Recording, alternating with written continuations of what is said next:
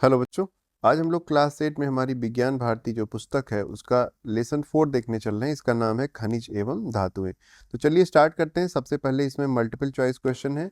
पहला क्वेश्चन है, निम्नलिखित वस्तुओं में कौन सी वस्तुओं में जंग लग सकता है।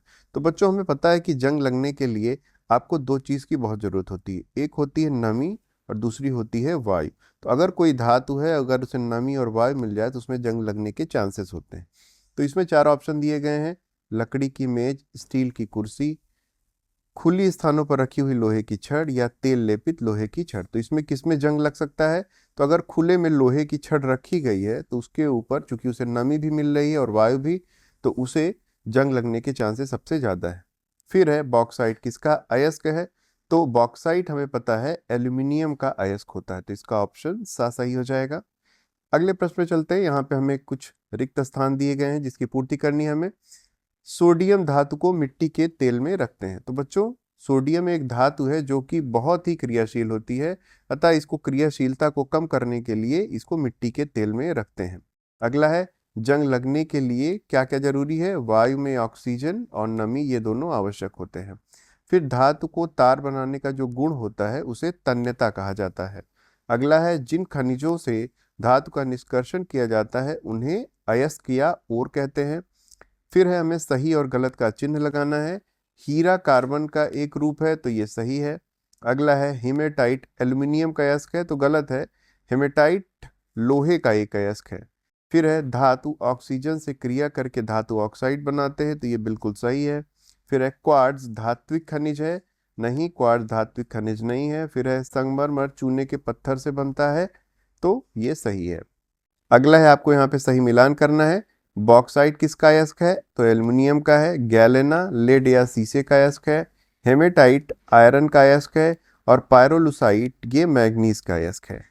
फिर हम लोग देखते हैं यहाँ पे कुछ संक्षिप्त उत्तर देने हमें। खनिज और अयस्क में क्या अंतर होता है? तो पृथ्वी की भूपर्पटी में प्राकृतिक रूप से पाए जाने वाले अकार्बनिक तत्व या यौगिक खनिज कहलाते हैं, जबकि अयस्क वह खनिज है जिससे धातु को सरलता और कम लागत से निष्कर्षित किया जा सकता है। अगला है, अधिकांश खनिज किस रूप में पाए जाते हैं? तो बच्चों, अधिकांश खनिज जो हमारी प्रकृति है उसमें या तो ऑक्साइड, सल्फाइड और कार्बोनेट के रूप में पाए जाते हैं। फिर है, धातुओं की आघातवर्धनीयता तथा तन्यता के गुण का क्या तात्पर्य है? तो धातु को पीट कर चादर बनाने के गुण को आघातवर्धनीयता कहते हैं, जबकि धातु को खींचकर तार बनाने के गुण को तन्यता कहते हैं। फिर है, धातुओं का संक्षारण क्या है? तो वायु मतलब ऑक्सीजन और नमी की उपस्थिति में धातु की सतह का धीरे धीरे नष्ट होना ही संक्षारण कहलाता है। फिर है, मुक्त अवस्था में पाए जाने वाले किन्हीं दो धातुओं के नाम लिखिए। तो मुक्त अवस्था में पाए जाने वाली दो धातुएं हैं सोना और प्लेटिनम।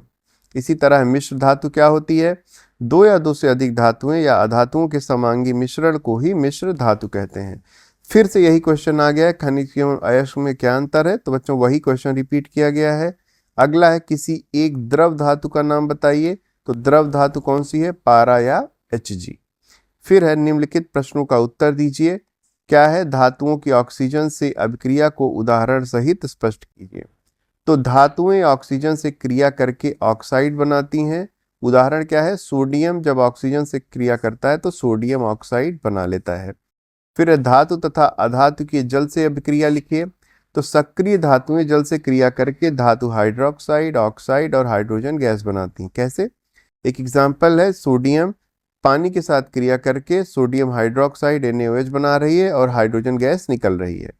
अब अधातुएं सामान्यतः जल से क्रिया नहीं करती हैं। फिर है, लोहा, तांबा और सोने के अयस्क देश में कहाँ कहाँ पाए जाते हैं? तो लोहा मुख्यतः बिहार, उड़ीसा, मध्य प्रदेश में, जबकि तांबा आंध्र प्रदेश, बिहार और मध्य प्रदेश में, और सोना कोलार की खान जो कि कर्नाटक में है वहां से पाई जाती है। फिर है आपका, धातुओं की ऑक्सीजन के साथ अभिक्रिया को दो उदाहरण द्वारा स्पष्ट कीजिए। तो सोडियम जब ऑक्सीजन के साथ क्रिया करता है तो सोडियम ऑक्साइड बनाता है। इसी तरह मैग्नीशियम जब ऑक्साइड के साथ क्रिया करता है तो मैग्नीशियम ऑक्साइड बनाता है। सोडियम धातु का जल तथा ऑक्सीजन से क्रिया का रासायनिक समीकरण दीजिए। तो सोडियम धातु की जल के साथ क्रिया का देख लेते हैं। सोडियम प्लस वाटर बनाएगा सोडियम हाइड्रोक्साइड और हाइड्रोजन गैस मुक्त होगी। फिर ऑक्सीजन के साथ क्रिया, तो सोडियम ऑक्सीजन के साथ क्रिया करके सोडियम ऑक्साइड बना लेगा। फिर है धातु तथा अधातु में क्या अंतर है, स्पष्ट कीजिए। तो धातुएं ठोस, कठोर, चमकदार, सुचालक और आघातवर्धनीय होती हैं, जबकि अधातुएं प्रायः भंगुर, कुचालक और गैसीय या द्रवावस्था में प्राप्त होती हैं। अगला है धातु के संक्षारण की रोकथाम के लिए अपनाई जाने वाली विभिन्न विधियों का वर्णन कीजिए। तो धातुओं को क्षरण से बचाने के लिए आवश्यक है कि धातु को नमी तथा हवा, ऑक्सीजन से बचाया जाए। धातुओं को क्षरण से बचाने के लिए निम्नलिखित विधियों का प्रयोग किया जाता है। पहला है पेंट का लेप चढ़ाकर। धातुओं की वस्तुओं की सतह पर पेंट लगाकर उसे क्षरण से बचाया जा सकता है। इसी तरह ग्रीस या तेल लगाकर, तेल या ग्रीस की परत भी धातु का वायु और नमी से संपर्क समाप्त कर उसे संक्षारण को रोकती है। फिर है गैल्वेनाइजेशन या गैल्वेनीकरण। लोहे को जंग से बचाने के लिए लोहे की चादर या अन्य पात्र को पिघले हुए जस्ते में डुबा देते हैं, जिसके कारण लोहे पर जस्ते की एक पतली परत जम जाती है। इसे ही गैल्वेनीकरण कहते हैं। फिर है विद्युत लेपन। कुछ धातु जैसे क्रोमियम, निकेल तथा टिन वायुमंडल में उपस्थित ऑक्सीजन या नमी से प्रभावित नहीं होते हैं, अतः लोहे की क्षरण रोकने के लिए उसके चारों ओर क्रोमियम या टिन की इलेक्ट्रोप्लेटिंग की जाती है। इसी प्रकार एल्यूमिनियम को क्षरण से बचाने के लिए उसके ऊपर एल्यूमिनियम ऑक्साइड का विद्युत लेपन किया जाता है। मिश्र धातु बनाकर भी रोक सकते हैं। कैसे? कभी कभी एक धातु में दूसरी धातु या अधातु मिलाने पर वह अधिक कठोर, स्थायी और संक्षारण से सुरक्षित हो जाता है। स्टेनलेस स्टील, लोहा, कार्बन का मिश्र धातु है जिसमें आसानी से जंग नहीं लगता है। फिर हमारा आखिरी क्वेश्चन है, तवे के हैंडल में लकड़ी लगी होती है क्यों?